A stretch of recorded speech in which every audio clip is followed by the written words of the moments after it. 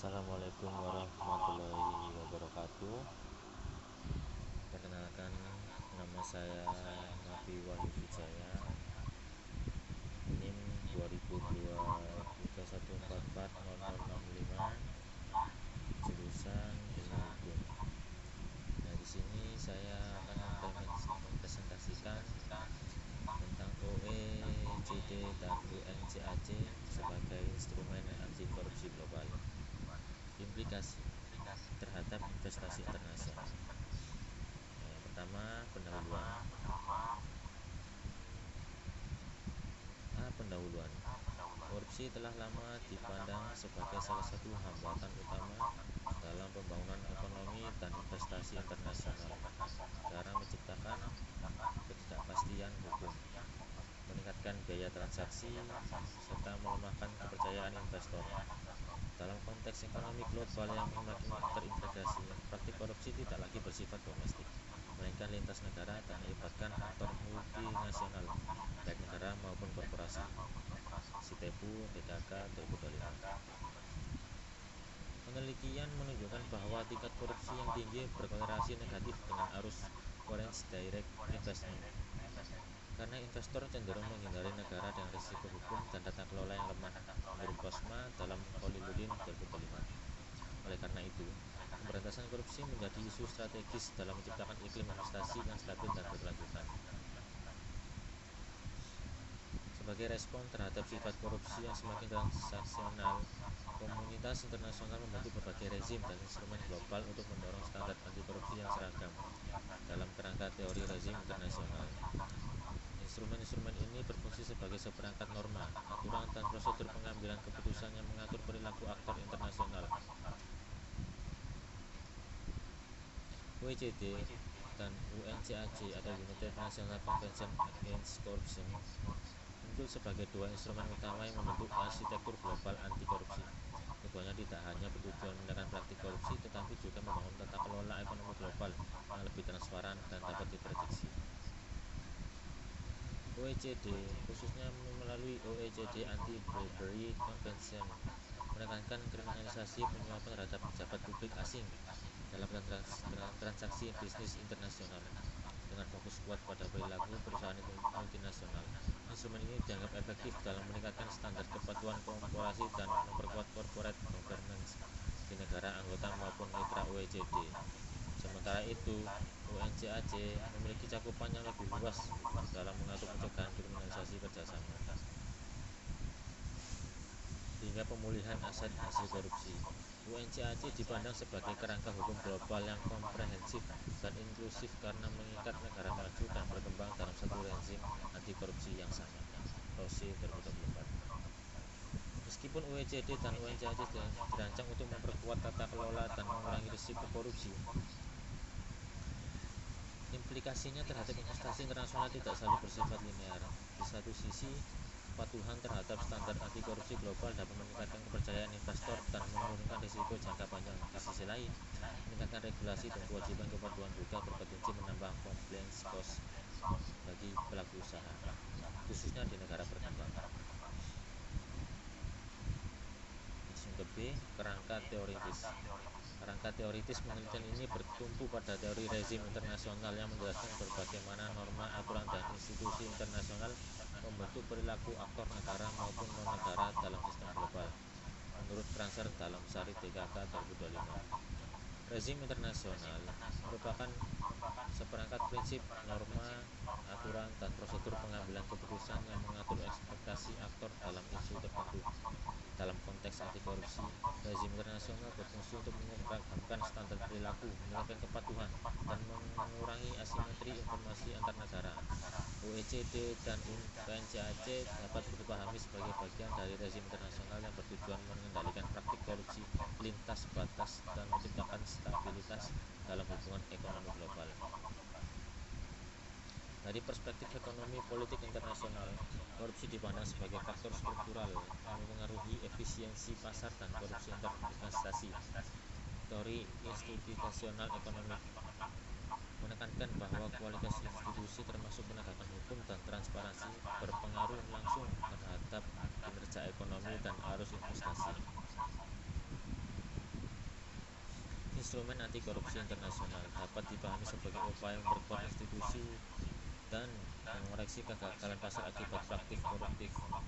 OECD khususnya melalui OECD Anti-Bribery Convention beroperasi dalam kerangka teori regulator governance yang menekankan pentingnya aturan dan mekanisme kepatuhan lintas negara. Casson dan Hefny 2024 menyatakan bahwa organisasi internasional berperan sebagai rule makers atau pembuat aturan yang meningkatkan kredibilitas komitmen negara melalui mekanisme pemantauan dan peer review. Dalam konteks ini, OECD tidak hanya menetapkan standar anti penyuapan, tapi juga mendorong perubahan perilaku perusahaan multinasional melalui tekanan normatif dan risiko sanksi hukum. Kepatuhan terhadap standar OECD seringkali dipersepsikan investor sebagai indikator kualitas tata kelola dan kepastian hukum suatu negara. Arum PKK 2020. Sementara itu, UNCAC dapat dianalisis melalui pendekatan global governance yang menekankan kolaborasi multi level antar negara, organisasi internasional, dan aktor domestik. Ross 2024 melalui UNCAC sebagai instrumen hukum internasional yang komprehensif karena menggabungkan aspek pencegahan, kriminalisasi, kerjasama internasional, dan pemulihan aset. Peran UNODC sebagai implementing body memperkuat efektivitas UNCAC melalui bantuan teknis dan mekanisme peninjauan sejawat, review mekanisme. Dalam kerangka investasi internasional, UNCAC berfungsi sebagai sinyal komitmen negara terhadap transparansi dan supremasi hukum yang berpengaruh pada persepsi risiko investor. Hubungan antara rezim anti korupsi internasional dan investasi dapat dijelaskan melalui teori risk perception and investor confidence. Terania dan Lee 2025 berargumen bahwa investor asing cenderung mempertimbangkan risiko institusional termasuk risiko korupsi dan ketidakpastian regulasi dalam menentukan lokasi investasi. Implementasi OECD dan UNCAC berpotensi menurunkan risiko terhadap tersebut dengan meningkatkan predictabilitas hukum dan akuntabilitas pemerintahan. Namun, pada saat yang sama, peningkatan standar kepatuhan dapat menimbulkan biaya tambahan bagi perusahaan sehingga menciptakan dinamika yang kompleks antara regulasi anti korupsi dan daya tarik investasi. C. Metodologi penelitian. Penelitian ini menggunakan pendekatan kualitatif deskriptif dengan metode studi kepustakaan yang bertujuan untuk menganalisis peran OECD dan UNCAC sebagai instrumen anti korupsi global serta implikasinya terhadap investasi internasional. Pendekatan kualitatif dipilih karena penelitian ini bersumber pada pemahaman makna, konsep, dan dinamika kebijakan internasional secara mendalam berdasarkan data non-numerik. Sugiono 2014. Data penelitian bersumber dari dokumen resmi OECD dan UNCAC, laporan lembaga internasional, serta artikel jurnal ilmiah yang relevan. Analisis data dilakukan melalui teknik analisis isi, konten analisis, untuk mengidentifikasi pola, hubungan konseptual, dan implikasi kebijakan dari instrumen anti korupsi internasional terhadap iklim investasi. D. Hasil dan pembahasan. Hasil analisis menunjukkan bahwa keberadaan OECD dan UNCAC berkontribusi signifikan dalam membentuk standar global anti korupsi, mempengaruhi iklim investasi internasional. Implementasi prinsip-prinsip OECD Anti-Bribery Convention mendorong negara dan berkooperasi untuk memperkuat kerangka hukum serta mekanisme kepatuhan internal, khususnya dalam transaksi lintas negara. Temuan ini sejalan dengan pandangan institusional ekonomi yang menekankan bahwa penguasaan aturan dan penegakan hukum mampu menurunkan ketidakpastian institusional sehingga meningkatkan daya tarik suatu negara bagi investor asing. Priantoro DKK 2020. Dalam konteks ini, OECD berfungsi sebagai instrumen normatif yang memperjelas ekspektasi perilaku aktor ekonomi global. Di sisi lain, UNCAC menunjukkan dampak yang lebih luas namun bersifat gradual terhadap investasi internasional. Cakupan UNCAC yang komprehensif mulai dari pencegahan hingga pemulihan aset. Namun demikian, penelitian ini juga menemukan adanya konsekuensi tidak langsung berupa peningkatan beban kepatuhan bagi pelaku usaha. Standar anti korupsi global menuntut perusahaan terutama multinasional untuk mengalokasikan sumber daya tambahan dalam bentuk audit, pelatihan, dan sistem pelaporan internal. Arum Jakarta 2025. Secara keseluruhan, pembahasan ini menunjukkan bahwa pengaruh OECD dan UNCAC terhadap investasi internasional bersifat kompleks dan multidimensional. Kedua instrumen tersebut efektif dan menurunkan risiko institusional dan meningkatkan kepercayaan investor, namun keberhasilannya sangat bergantung pada konteks domestik dan kapasitas implementasi masing-masing negara. Sejalan dengan teori Risk Perception and Investor Confidence, stabilitas regulasi dan konsistensi dalam penegakan hukum menjadi faktor kunci dalam menerjemahkan standar global anti korupsi ke dalam peningkatan arus investasi nyata. Oleh karena itu, integrasi antara komitmen internasional dan reformasi institusional domestik menjadi syarat utama agar manfaat OECD dan UNCAC terhadap investasi internasional dapat dioptimalkan.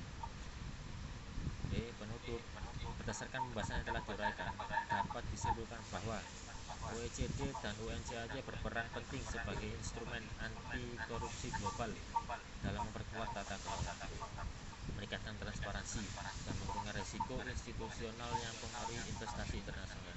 Meskipun penerapan standar anti korupsi ini berpotensi meningkatkan kepercayaan investor dan menciptakan iklim investasi yang lebih stabil, dampaknya tidak bersifat otomatis karena bergantung pada kapasitas implementasi dan konsistensi penegakan hukum di tingkat nasional. Oleh karena itu, efektivitas OECD dan UNCAC dalam mendorong investasi internasional menurut sinergi antara komitmen global dan reformasi institusional domestik agar manfaat jangka panjang dapat dirasakan secara optimal. Daftar pustakanya sebagai berikut.